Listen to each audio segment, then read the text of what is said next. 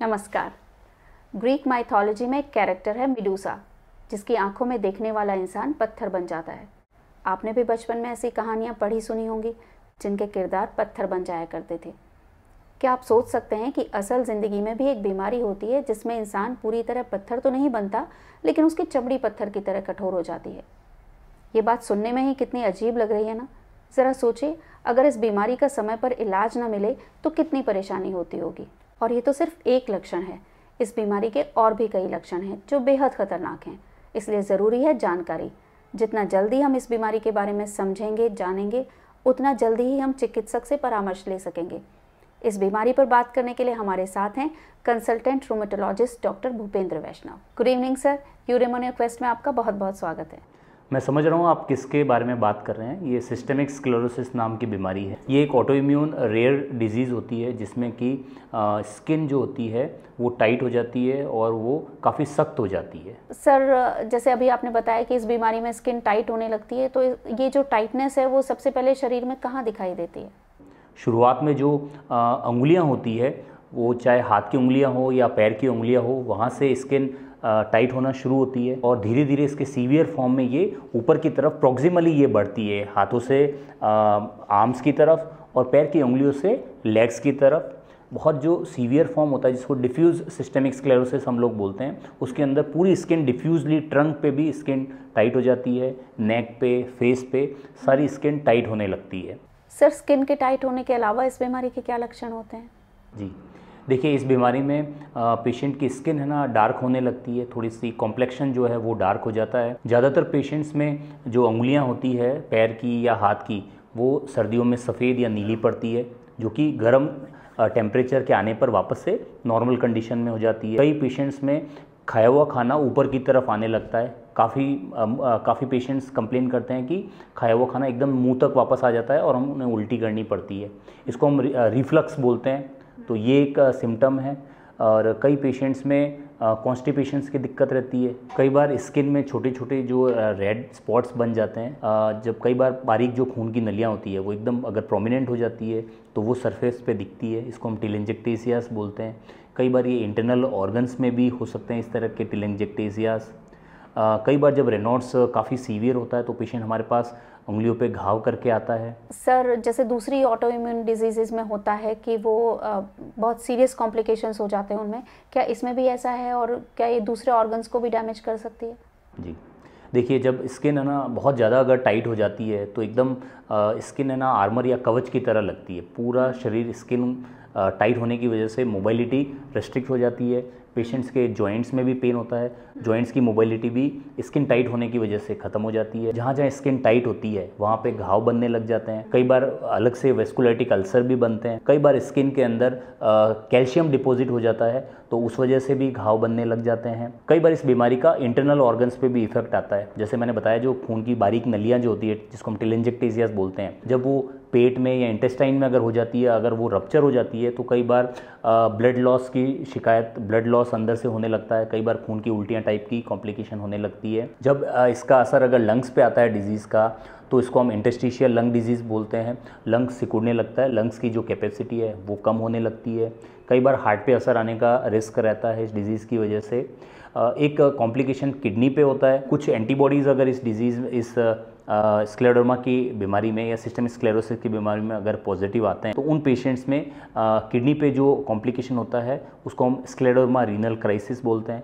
इस कंडीशन में एकदम से पेशेंट का बीपी शूटअप हो जाता है, बहुत ज़्यादा बीपी बढ़ जाता है और कुछ ही दिनों में किडनी फेल होने की स्थिति में आ जाती है। बट ये बहुत ही रेयर कॉम्प्लिकेशन है। बाकी जो कॉम्प्लिकेशन जैसे बाकी ऑटोइम्यून रूमेटोलॉजिकल डिजीजेज में इंटरनल ऑर्गन्स पे इफेक्ट आता है, तो इस बीमारी में भी जैसे ब्रेन पे है या पेरिफेरल नर्व्स पे है इफेक्ट आने लगता है, वेस्कुलैटिक अल्सर्स बनने लगते हैं, तो काफ़ी कॉम्प्लिकेशंस इस डिजीज़ में आ सकते हैं। जो रेनॉल्ड्स हैं, शुरुआत में जो उंगलियां जो नीली पड़ती है, कई बार इतने ज़्यादा सीवियर रेनॉल्ड्स रहता है कि घाव बनते हैं और कई बार उंगलियां का ऑटो एम्पुटेशन हो जाता है, वो सूख के गिर जाती है। इतनी पेनफुल कंडीशन कई बार पेशेंट्स को होती है।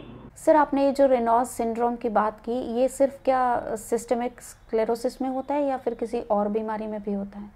बहुत बढ़िया सवाल पूछा मैडम आपने। रेनॉल्ड्स जो है एक्चुअली एक सिम्टम है। तो रेनॉल्ड्स कहते किसे हैं? जब उंगलियां सर्दी में या कोल्ड टेम्परेचर में सफ़ेदिया जब नीली पड़ती है और अगर वो जब वापस उसको वार्म कंडीशन में लाया जाता है तो फिर से अगर जो कलर है वो नॉर्मल आ जाता है, इस कंडीशन को हम रेनॉल्ड्स बोलते हैं। रेनॉल्ड्स जो है 15% नॉर्मल पॉपुलेशन में बिना किसी बीमारी के हो सकता है। इसको हम प्राइमरी रेनॉल्ड्स बोलते हैं, जिसमें कि पेशेंट्स को कोई बीमारी नहीं होती। जैसे किसी को एलर्जी होती है तो कोल्ड की वजह से उंगलियां का रंग सफ़ेद या नीला पड़ता है, क्योंकि जो ब्लड का सर्कुलेशन है वो कोल्ड की वजह से पूरा वहाँ तक पहुँच नहीं पाता है। जो खून की नलियाँ, जो बारीक नलियाँ होती है वो सिकुड़ जाती है ठंड की वजह से, कोल्ड टेम्परेचर की वजह से, इस वजह से वो कलर चेंज होता है।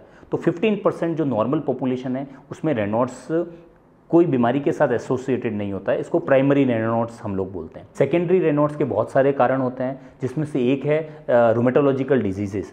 तो ऐसा नहीं है कि केवल सिस्टमिक स्क्लेरोसिस में ही रेनॉल्ड्स फिनोमेना मिलता है। जो बाकी ऑटोइम्यून रूमेटोलॉजिकल डिजीजेस हैं, जैसे कि SLE है या शोग्रेन्स है या रूमेटॉइड आर्थराइटिस है, इन सब में भी हमें रेनॉल्ड्स फिनोमेना देखने को मिल सकता है। तो हम जब भी पेशेंट्स को जो आर्थराइटिस के या जॉइंट पेन के साथ जो पेशेंट्स हमारे पास आते हैं, हम उनको हमेशा खास तौर से जो फीमेल्स होती है, यंग या एडल्ट एज की जो फीमेल्स होती है, उसमें हम हमेशा रेनॉल्ड्स की हिस्ट्री लेते हैं कि उंगलियां उनकी सफ़ेद नीली पड़ती है कि नहीं पड़ती है। क्योंकि अगर ये सिम्टम है तो रूमेटॉइड के अलावा जो बाकी कनेक्टिव टिश्यू डिजीजेस है उसका रिस्क होने की संभावना थोड़ी बढ़ जाती है। सर, जैसे आपने बताया कि इसमें स्किन जो है वो डार्क होने लगती है या इसमें टाइटनेस आने लगती है, तो अगर किसी के साथ ऐसा होगा तो मुझे लगता है वो सबसे पहले किसी डर्मेटोलॉजिस्ट को कंसल्ट करना चाहेगा। तो क्या आप कोई ऐसा सिम्टम बता सकते हैं जिससे पेशेंट ये डिफ्रेंशिएट कर पाए कि उसे डर्मेटोलॉजिस्ट को नहीं, किसी रूमेटोलॉजिस्ट को कंसल्ट करना चाहिए? जी, देखिए, स्किन की कई कंडीशंस होती है जिसमें कि स्किन डार्क हो सकती है और स्किन टाइट हो सकती है। स्किन की भी कई बीमारियां ऐसी होती है, लेकिन सिस्टमिक स्क्लेरोसिस की जो खासियत है वो होती है कि स्किन यूजुअली उंगलियों से टाइट होना शुरू होती है। ओके, बाकी बीमारियों में कई बार उंगलियों से टाइटनेस शुरू नहीं होती है, बट स्क्लेरोडर्मा में खासियत है कि अगर उंगलियों से अगर टाइटनेस शुरू हो रही है और वो फिर प्रॉक्सिमली अगर बढ़ रही है तो वो सिस्टमिक स्क्लेरोसिस से होने की उसकी संभावना बढ़ जाती है। सेकेंड है रेनॉल्ड्स, जो उंगलियां सफ़ेद नीली पड़ती है, वो बड़ा ही क्लासिकल सिम्टम है। स्किन टाइट हो रही है, साथ में अगर रेनॉल्ड्स है, अगर खट्टी डकारे या जो रिफ्लक्स वाली प्रॉब्लम अगर साथ में आ रही है, पेशेंट्स को जोड़ों में पेन रह रहा है, थकावट रह रही है, तो ये सारे सिस्टमिक स्क्लेरोसिस की वजह से हो सकते हैं। तो पेशेंट को रूमेटोलॉजिस्ट से ज़रूर राय लेनी चाहिए। लेकिन कई बार पेशेंट हमारे पास बहुत लेट पहुंचते हैं, तो जैसे जो कॉम्प्लिकेशंस हमने बात करी, अगर घाव होने लग गए हैं या उनके सांस में दिक्कत आ रही है ILD की वजह से, या उनको खाने में प्रॉब्लम आ रही है, खाना निगलने में दिक्कत आ रही है, तो ये सिम्टम्स भी कई बार होते हैं जिसकी वजह से पेशेंट्स को ध्यान रखना चाहिए कि रूमेटोलॉजिस्ट से उनको एक बार ज़रूर राय लेनी चाहिए। सर, ये जो अभी आप बता रहे हैं सिम्टम्स, इनके बेस पर तो रूमेटोलॉजिस्ट जो हैं वो क्लिनिकली डायग्नोज करते होंगे इस बीमारी के बारे में। इसके अलावा डायग्नोसिस का और क्या तरीका है? जी, देखिए, सबसे इम्पोर्टेंट क्लिनिकल डायग्नोसिस है। इसके अलावा हम लोग टेस्ट कराते हैं, जिसमें ANA का टेस्ट इम्पोर्टेंट होता है, एक SCL70, एक सेंट्रोमियर नाम के जो टेस्ट होते हैं वो हम लोग कराते हैं।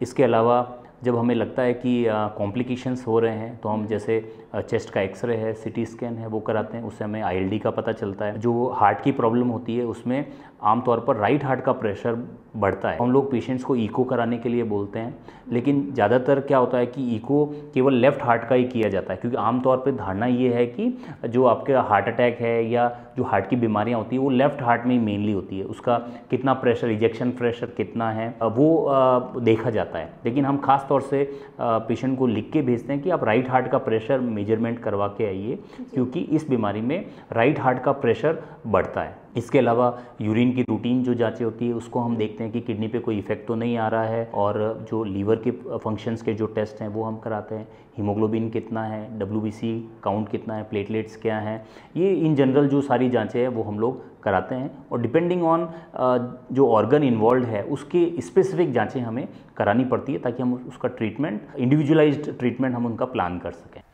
सर, फिर इसका ट्रीटमेंट किस तरह किया जाता है?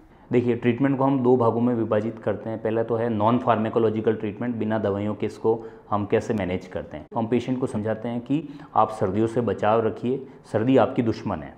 तो आप ग्लव्स का इस्तेमाल करिए, गर्म पानी का इस्तेमाल करिए। जब आप जो गृहिणियाँ हैं जो घर में काम करती हैं तो उनको हम बोलते हैं कि अगर आप बर्तन धोना चाहते हैं या जो भी आप काम करते हैं वो कोशिश करें गर्म पानी से करने की। जैसे ही आपका काम ख़त्म होता है तो उसको अच्छे तरह से हाथों को सुखाया करें और उसको गर्म कर लिया करें।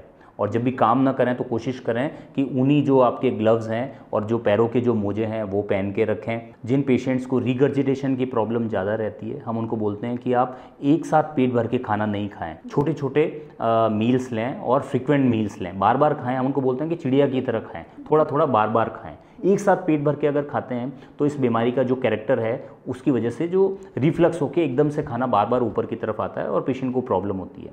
कई बार रिफ्लक्स की वजह से जो सलाइवा या जो खाना है वो फूड पाइप से लंग्स में भी जाने की रिस्क रहती है, तो लंग्स की जो ILD वाली जो प्रॉब्लम है वो बढ़ने का रिस्क रहता है। तो इसलिए हम पेशेंट्स को फ्रिक्वेंट स्मॉल मील्स के लिए एडवाइस करते हैं। जिनको रिफ्लक्स ज़्यादा होता है तो हम पेशेंट को समझाते हैं कि जो आपका हेड जो एंड है बेड का उसको थोड़ा सा ऊपर करके रखें।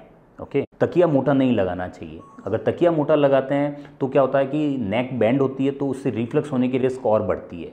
तो इससे अच्छा होता है कि जो आपका हेड एंड है जो बेड का उसको हम ऊपर करने के लिए एडवाइस करते हैं। ये तो सारा हो गया। स्किन जो टाइट है उसके लिए जो इमोलिएंट है जो जैसे नारियल का तेल हुआ वो हम इस्तेमाल करने के लिए पेशेंट्स को बोलते हैं। तो ये तो हो गया सारा नॉन फार्मेकोलॉजिकल ट्रीटमेंट। जो फार्मेकोलॉजिकल ट्रीटमेंट होता है वो अगेन डिपेंड करता है कि क्या ऑर्गन इन्वॉल्व है। पेशेंट को सबसे ज़्यादा प्रॉब्लम सिस्टेमिक स्क्लेरोसिस से क्या है।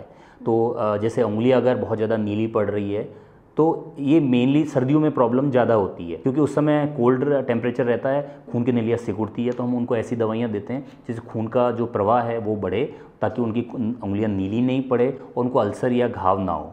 तो खून का दौरा बढ़ाने की हम लोग दवाई देते हैं। अगर राइट हार्ट का प्रेशर अगर बढ़ा हुआ है तो उसको प्रेशर को कम करने की दवाइयाँ हम लोग देते हैं। अगर ILD अगर हो गया है पेशेंट को तो उससे संबंधित दवाई दी जाती है। जो स्किन टाइट हो जाती है तो हम इस तरीके से ट्रीटमेंट प्लान करते हैं कि वो बाकी ऑर्गन पे भी काम करे और स्किन पे भी वो काम करे। तो इस तरीके से क्या ऑर्गन इन्वॉल्व है, कॉम्प्लिकेशंस क्या है, उसके हिसाब से दवाई दी जाती है। जो रिफ्लक्स बार बार हो रहा है तो उस रिफ्लक्स को कम करने की कुछ दवाइयाँ दी जाती है जिससे कि रिफ्लक्स ना हो। और ओवरऑल जो इम्यून सिस्टम को जो गड़बड़ होने से जो प्रॉब्लम ये सारी बनी है तो इम्यून सिस्टम को मॉडिफाई करने की, उसको सही करने की हम लोग दवाई करते हैं जिससे कि वो आगे जाके कॉम्प्लिकेशंस कम हो, ऑर्गन डैमेज आगे जाके कम। जब राइट हार्ट का प्रेशर अगर बहुत ज़्यादा बढ़ जाता है और जो हार्ट फेलियर या लंग्स फेलियर की अगर कंडीशन होती है तो हम उसमें हार्ट और लंग ट्रांसप्लांट का फिर पेशेंट को सजेस्ट करते हैं एंड स्टेज पे। और अब जब डिजीज़ बहुत ज़्यादा सीवियर होती है, स्किन हार्ड टाइट हो जाती है तो ये स्टेम सेल ट्रांसप्लांट का अभी ट्रायल्स अभी चल रहे हैं। कमर्शियली अभी ये चीज़ें अवेलेबल नहीं है बट होपफुली फ्यूचर में ये स्टेम सेल ट्रांसप्लांट अवेलेबल हो जिससे कि इस डिजीज़ को हो सकता है पूरी तरह से क्योर किया जा सके। सर, ट्रीटमेंट में स्ट्रेंथ और मोबिलिटी बढ़ाने की जो फिजिकल और ऑक्यूपेशनल थेरेपीज़ होती हैं क्या ये भी हेल्पफुल हो सकती हैं? बिल्कुल मैडम, बहुत बढ़िया आपने ये क्वेश्चन पूछा क्योंकि जब स्किन बहुत ज़्यादा जब टाइट हो जाती है तो ये जॉइंट्स की मोबिलिटी रुक जाती है, जॉइंट्स डिफॉर्म्ड होने लगते हैं। ऐसी सिचुएशन में फिजियोथेरेपी है और एक्सरसाइज है, ख़ासतौर से जो रेंज ऑफ मूवमेंट एक्सरसाइजेज हैं वो बहुत हेल्प करती है। जब स्किन बहुत टाइट होने लगती है तो जो मसल्स हैं वो भी सिकुड़ने लगती है, मसल मास कम होने लगता है, तो जो मसल स्ट्रेंथनिंग जो एक्सरसाइजेज होती है वो हेल्प करती है। Thank you so much doctor Vaishnav, आपने अपने बिजी शेड्यूल में से इतना समय निकालकर हमें सिस्टेमिक स्क्लेरोसिस के बारे में इतनी इंपॉर्टेंट जानकारी दी। Thank you. आप जान ही चुके हैं कि ये बीमारी एक साथ कई ऑर्गन्स को प्रभावित करती है, इसलिए जितना जल्दी डायग्नोसिस होगा उतना ही ऑर्गन्स का डैमेज रोकने में मदद मिलेगी। इसलिए लक्षण दिखाई देते ही डॉक्टर को कंसल्ट करें। अगर वीडियो में दी गई जानकारी यूजफुल लगी तो लाइक ज़रूर कीजिएगा और शेयर करके हेल्थ अवेयरनेस को इम्प्रूव करने की हमारी इस कोशिश में हमारी हेल्प भी कीजिए। अगर आप चाहते हैं कि हम किसी स्पेसिफिक डिजीज़ पर वीडियो लेकर आएँ तो आप हमें मेल कर सकते हैं या कमेंट में अपनी बात शेयर कर सकते हैं। जल्दी ही आपसे फिर मिलूंगी, तब तक हंसते रहिए, मुस्कुराते रहिए और सेहत से जुड़ी बातें करते रहिए। नमस्कार।